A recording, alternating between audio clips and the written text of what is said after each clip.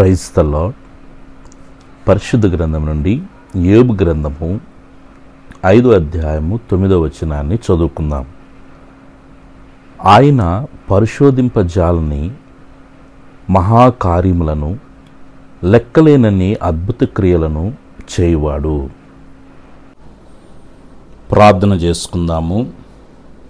తండ్రి, మీ ప్రియకుమారుడు మా రక్షకుడైన యేసుక్రీస్తు నామ ఘనతలో, పరిశుద్ధాత్మ దేవుని యొక్క ప్రేరణ నడిపింపులో ఈ రాత్రికాల సమయంలో ఆత్మీయ కుటుంబ సభ్యులందరితో కలిసి ప్రార్థించుకునే కృపను, భాగ్యాన్ని, ధన్యతను మీరు మాకు అనుగ్రహించినందుకు స్తోత్రములు. ఈ దినమంతా కూడా మీ సన్నిధి మాకు తోడుగా ఉంచి మీ కృపాక్షేమములు మమ్మల్ని వెంబడించుటకు మీరు చూపిన కృపకై మనసారా మేము స్తుతిస్తూ ఉన్నాం. ఈ దినమంతా కూడా మమ్మల్ని ప్రేమించి మమ్మల్ని ఎంతగానో భద్రపరిచి పోషించి రక్షించినందుకు స్తోత్రములు. బిడ్డల యొక్క పని బాటల్లోనూ, చదువుల్లో, వ్యాపారాల్లో, వారి ప్రయాణాల్లో మీరు తోడుగా ఉండి సురక్షితముగా గృహములకు నడిపించినందుకు స్తోత్రాలు. తెలిసి తెలియక చేసిన ప్రతి పొరపాట్లను, అపరాధములను, దోషములను, పాపములను క్షమించమని వేడుకొనుచున్నాం.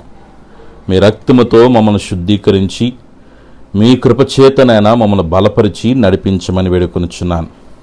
ఈ దినమున ఏ పనులైతే జరగకుండా పెండింగ్ పడ్డాయో అయ్యా, మీ సన్నిధిలో మీ కార్యము కొరకై కనిపెట్టి ప్రార్థిస్తూ ఉన్నాం.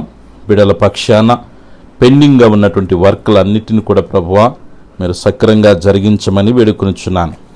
ఒకవేళ ఏదన్నా నైనా మనశ్శాంతి లేక, సమాధానం లేక, సంతోషం లేక బిడలు ప్రభువా మరి ఇబ్బంది పడుతూ ఉంటే మీ గాయపన అస్సుము చేత బిడలని మీరు స్పర్శించండి, మనశ్శాంతిని దయచేయండి, సమాధానం దయచేయండి.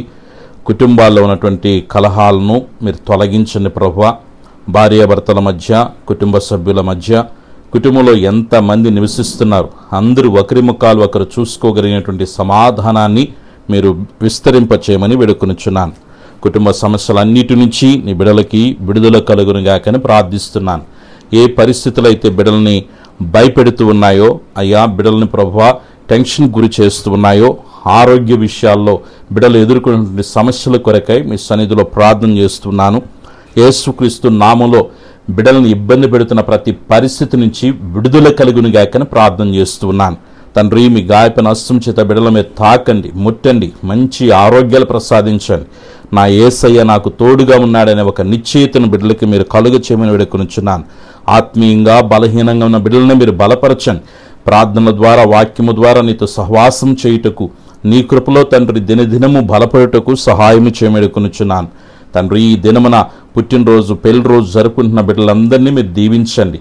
యేసయ్యా, ఈ దినమంతా మీ సన్నిధిని మాకు తోడుగా ఉంచినందుకు మరొక్కసారి మనసారా మీకు కృతజ్ఞతాస్తులు తెలియజేస్తూ ఉన్నాం. తండ్రి, ఈ సమయంలో నిద్రిస్తుండగా సుఖమైన నిద్రను దయచేయండి. కళ్ళల ద్వారా, దర్శనం ద్వారా మీరు మాతో మాట్లాడండి.